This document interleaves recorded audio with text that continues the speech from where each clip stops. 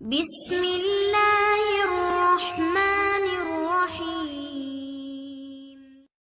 بسم اللہ الرحمن الرحیم۔ السلام علیکم ورحمۃ اللہ۔ میں ہوں احسان اللہ منصور۔ ہم بات کر رہے ہیں ایسے اسباب پر جو میاں بیوی کو ایک دوسرے کے قریب کرنے کا باعث بن سکتے ہیں۔ آج جس نقطے پر ہم بات کرنے جا رہے ہیں وہ ہے ایسا جوڑا جو باہم کسی بھی مسئلے پر ضد کرنے کی بجائے، اڑ جانے کی بجائے کمپرومائز کرنے والی سوچ رکھتا ہے۔ تو جو کمپرومائز سوچ رکھتا ہے، جو جوڑا کمپرومائزنگ سوچ رکھتا ہے، یقین کیجئے کہ یہ جوڑا ہر اچھے برے حالات میں بڑا خوبصورتی سے انشاءاللہ سروائیو کر سکتا ہے۔ میں اس کی مثال دینے لگا ہوں۔ ایک میاں بیوی ہیں، بیوی بیچاری بہت خوبصورت ہے لیکن اس کو جو خاوند ملا ہے وہ خوبصورت نہیں ہے۔ اس کے رنگ کا مسئلہ، نئے نقش کا مسئلہ۔ تو کسی نے ان کو اشارتاً سمجھایا کہ بھی آپ تو بڑی تلخی کے ساتھ وقت گزار رہے ہوں گے، ظاہر ہے آپ کو تو کوئی بھی خاوند مل سکتا تھا، تو کیا کوئی اور راستہ آپ کے پاس نہیں تھا؟ تو اس کی بیوی نے بڑی خوبصورت بات کی۔ وہ کہنے لگی ہم ایسی کوشش کر رہے ہیں دونوں کہ انشاءاللہ یہ عارضی وقت گزر جائے گا، پھر ہم اللہ کی جنتوں کے اندر اکٹھے بھی ہوں گے، دونوں ہی خوبصورت ہوں گے، سب سہولتیں اللہ تعالیٰ دے دے گا۔ اور اس کی شکل کیا ہے؟ وہ کہتی ہے میرا خامد خوبصورت نہیں ہے دنیا کی نظروں میں، تو میں اس پر صبر کا مظاہرہ کر رہی ہوں، میرا کوئی رد عمل منفی نہیں ہے، میری کوئی تنقید نہیں ہے، میری کوئی عدم اطاعت والا رویہ نہیں ہے، اور میرا خامد میرے حوالے سے جتنا خوش اور مطمئن ہے وہ شکر کا رویہ اختیار کر رہا ہے، تو میرا خامد شکر کر کے جنت لے لے گا اور میں صبر کر کے جنت لے لوں گی۔ تو یہ عارضی سا وقت ہے، گزر جانا ہے، اور ہم دونوں انشاءاللہ اللہ کی جنتوں کے اندر جا کے، ہم دونوں اللہ کی جنتوں میں جا کے خوبصورتی کے ساتھ ہی اگلا مستقل وقت گزاریں گے۔ تو یہ جو کمپرومائز والی سوچ ہے یہ اس کی بیوی کی تھی، اس لیے وہ صبر کا مظاہرہ کر رہی ہے، اور اتنا بڑا اس کا ذہن ہے کہ آج نہیں تو انشاءاللہ جنتوں کے اندر اللہ یہ سب کچھ ہمیں عطا فرما دیں گے۔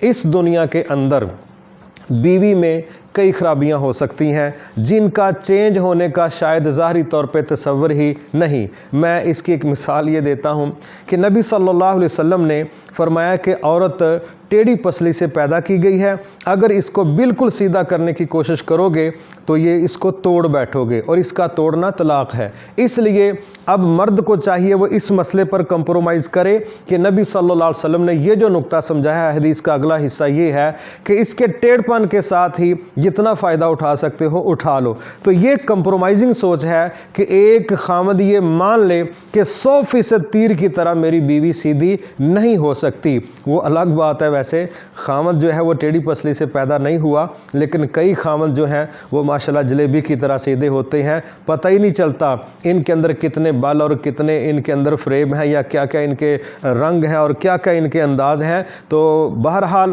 دونوں اگر یہ طے کر لیں ہم نے بالکل تیر کی طرح ایک دوسرے کو سیدھا کرنا ہے، تو میرا خیال ہے یہ جو کام ہے نا سٹیل مل والا، تو یہ چھوڑ دینا چاہیے، اور دونوں میاں بیوی کو چاہیے ایسی چیزیں جن پہ کمپرومائز کیا جا سکتا ہے ہمیں اپنے اسلاف کو دیکھنا چاہیے، اور ہمیں بڑے لوگوں کا رویہ دیکھنا چاہیے، اور اپنے رب کی بات کو سامنے رکھنا چاہیے، اور نبی صلی اللہ علیہ وسلم کی ڈکٹیشن کو سامنے رکھنا چاہیے۔ تو جن باتوں پہ سمجھوتا کیا جا سکتا ہے میاں بیوی کو چاہیے کہ ان پر سمجھوتا کر لیں۔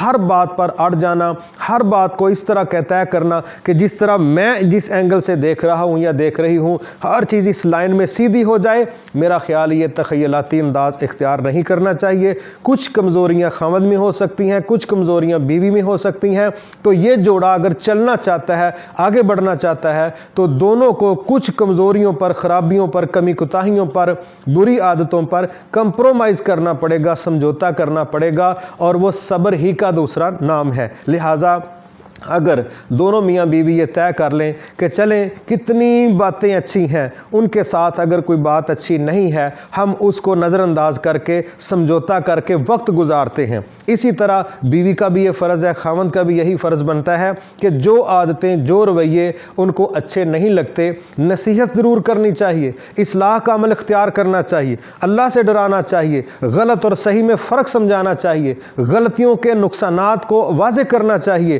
یہ نصیحت نصیحت کے انداز ہیں، لیکن چھوٹی چھوٹی باتوں پر اپنے گھر اجاڑنے سے بچنا چاہیے۔ اس لیے دونوں میاں بیوی اگر کمپرومائز کرنے والی سوچ کے مالک ہوں گے، سمجھوتا اختیار کرنے والی سوچ کے مالک ہوں گے، تو کتنی غلطیاں ایسی ہوں گی جن کو انشاءاللہ وہ نظر انداز کر کے اپنی زندگی کی گاڑی کو آگے لے کے چل سکتے ہیں۔ لیکن اگر وہ چھوٹی چھوٹی بات پر اڑ جانے والے، ہر چیز کی پہلے 100% اصلاح کی ضد رکھنے والے ہیں، تو یہ جوڑا لمبا سفر نہیں کر سکتا۔ اس لیے وہ جوڑا جو ایک دوسرے کی بعض کمی کوتاہیوں پر سمجھوتا کر لیتا ہے اور اس کو صبر کے نام پر برداشت کر لیتا ہے، میں یہ سمجھتا ہوں کہ یہ جوڑا انشاءاللہ آنے والے وقتوں میں خیر کی امید پر جب وقت گزارے گا، عین ممکن ہے اللہ تعالیٰ کل ایسی تبدیلیاں لے آئے جو ان کی توقع سے بہت زیادہ بہتر ان کو نتیجہ دے سکیں۔ اس لیے وہ جوڑا بڑا ہی سیٹ رہ سکتا ہے کہ جو کمپرومائزنگ سوچ رکھتا ہو، سمجھوتے کا ذہن رکھتا ہو کہ بعض چیزیں جو ٹھیک نہیں ہوتی، بہرحال ہم ان پر صبر کا رویہ اختیار کریں گے۔ انشاءاللہ خامد بھی یہ رویہ اختیار کرے، بیوی بھی یہ رویہ اختیار کرے، تو بہت امید ہے کہ ان کا یہ جو تھوڑا سا تلخ وقت ہے یہ گزر جائے گا۔ نیکسٹ اللہ اس میں بہت بہتری پیدا کر سکتا ہے۔ اجازت دیجیے، اللہ حافظ، السلام علیکم ورحمۃ اللہ۔ مت ہونا امیدوں کے سمندر میں۔